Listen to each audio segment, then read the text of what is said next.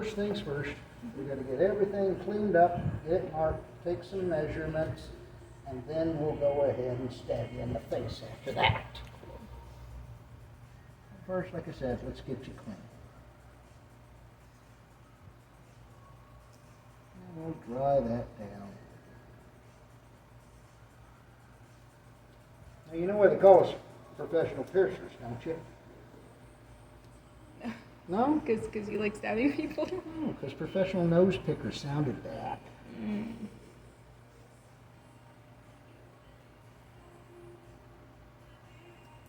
We gotta get them boogies out of there now. Get that nose cleaned up right. She likes to do that for me. Get the boogies? Mm-hmm. You know, you keep your fingers out of her nose. It's my job now. I just tell you.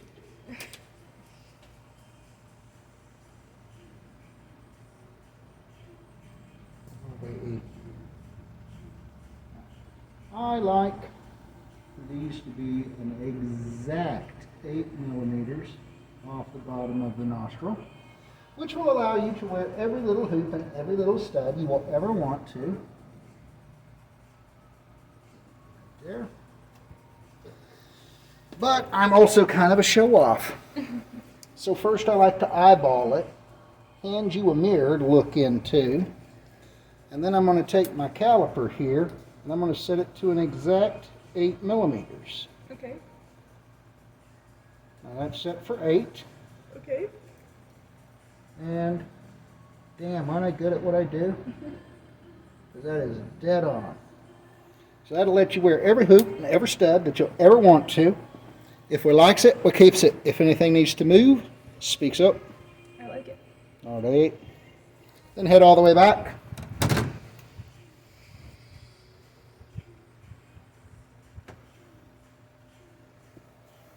And we will take an interior measurement now.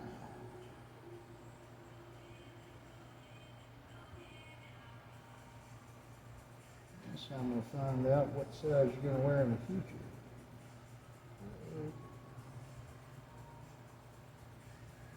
Your little dot right.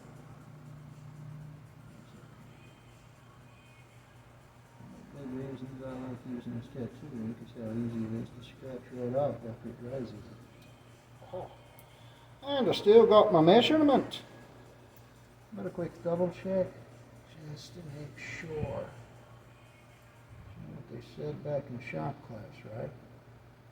Measure twice, cut once. And that is indeed 4.5 millimeter, which means in the future you will wear a perfect 5 millimeter. One of these little guys right there. Yeah, teeny. But this is 3 months away. All right. Okay. Today I need to leave some room for swelling. All right. So we will be piercing with a 7 millimeter. This one will have more than enough room for you, as the swelling will go up and down and up and down and up and down for like 3 solid months. Okay. At the end of this 3 months, we can change it for the first time. Okay. And then we can shorten the length down to that 5.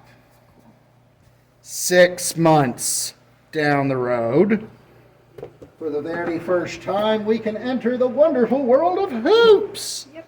And that cute little guy right there will just hug the bottom of your nostril perfectly, as we've taken the time to measure you out to wear that. But of course, on those evenings you feel like a wild woman, go for one of them 10 millimeter hoops, you know, because it hangs up off the face just a little bit more. All righty. Now, we got your 7 out here, we got your top already. Let's get rid of these nasty things and put on my big boy gloves.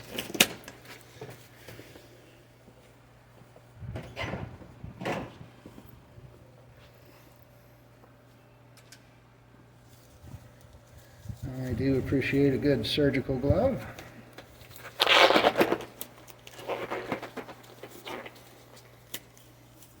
Yeah, those bad boys that make the TSA jealous as shit. Yep. Make the Navy jealous too. Yeah. Yeah, the Navy doesn't have good enough funding to have these gloves, do they? No, they have the white latex. So. I got the cheap shit. All right, there. Is the little tappy chose up front? Awesome. Well, this is the back side, and this is how it works. So when you want to change one of these bad boys, what you'll do is take your finger and stuff it up your nose and push against that flat. That's going to pop the top up off your skin a little bit. And you can just go pluck, pull that right off there, simple and easy. When you get new ones, they'll all have that same plain pin sticking out of the top. And what you'll do with these little guys is simply stick them in there a quarter to a third of the way and give a little bend back against that post like so. Okay, maybe more bend than that. Okay, like that. Okay. Then you take that sucker and you shove it the rest of the way down. You hear that little scrape noise? Sometimes it's a click. But that locks it. It's not going nowhere now. But still leaves it this amazingly easy to work with. And once I get you into your little 5mm, you'll never buy another one of these unless you lose it. Okay. And you'll never change it unless you put in a hoop for the evening or however long you're going to wear one. You'll just buy new tops after that. Awesome. Now, with all that said and out of the way, we'll run through yet another random accent, and then we're going to shove that right up your nose. I know, it's just weird, Australian out of nowhere, right? One of my old coworkers did the same thing. It's a sign of ADHD. That's my problem. I get that. I have ADHD too. So, what we're going to do is take that, shove that up your nose. I'm going to tell you to close your eyes. I'm going to say take a deep breath. Count 1, 2, 3, and then we will exhale on 3. Okay. Are you ready? I'm ready. Awesome. In that case, first we're going to shift that up there. And I want to make sure I'm back in the right spot here. Because if I come out the other side, I'll make sure it's straight, but you'll owe me for the septum and the other nostril.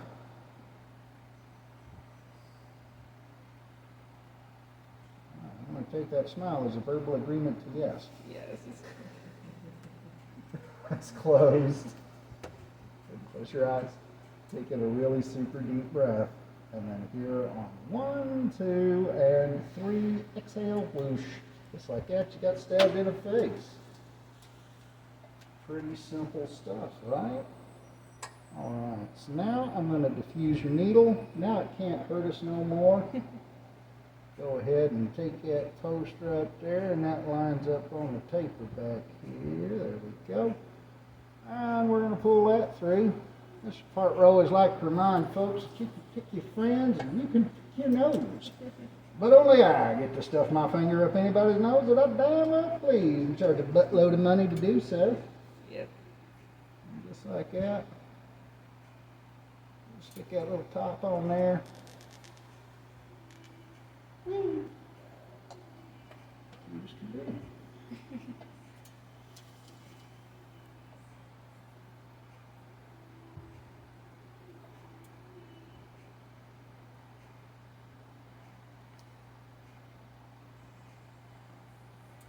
And look at you, not bleeding down.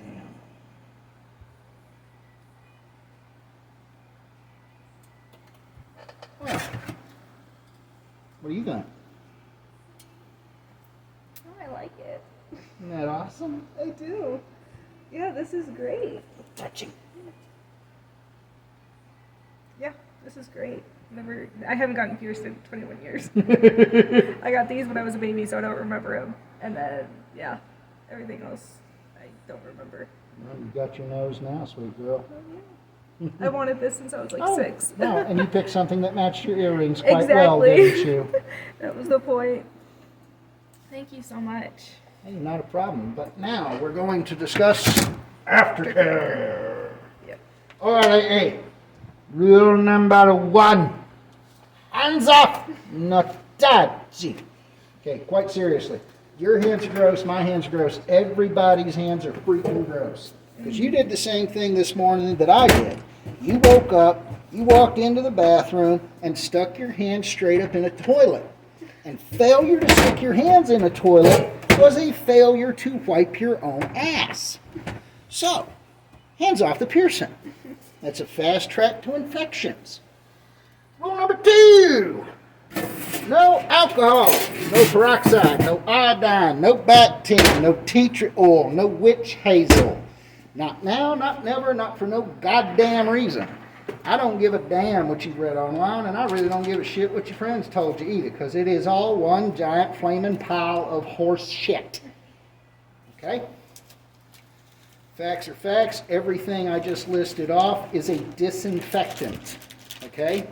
Disinfectants do not know the difference between healthy skin cells that are repairing the damage I just created, and they don't know the difference between that and a bacterium. So they just kill everything indiscriminately and will absolutely stop the healing process if you are continuing to reapply that. Okay. So those are no's to cleaning. What you will be using, sterile saline. And sterile saline only. Normally, I would love to sell you one of those from up at my front counter. I'm out. It sucks to be me. I've had shit in months. But it doesn't suck to be you, because you can easily find this one down the first aid aisle of any pharmacy anywhere in the country, super easy. Okay?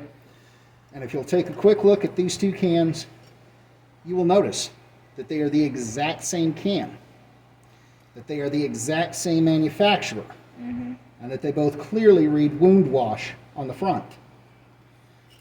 Take a look back here at the ingredients and you can see that they are both USP grade water and USP grade sodium chloride mixed to 9 milligrams and not a damn thing more.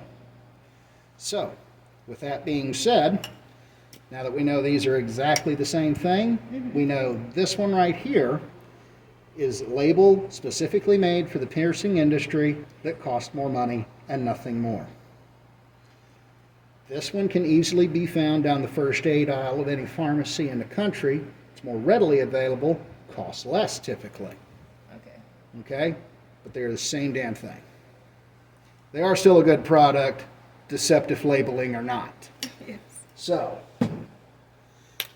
once we got one of these bad boys, and I do like to say Rick's, Evans, Sheffy's, just because shop's small and local, but any first aid aisle of any pharmacy, like I said, in the country is going to have some Neomed wound wash.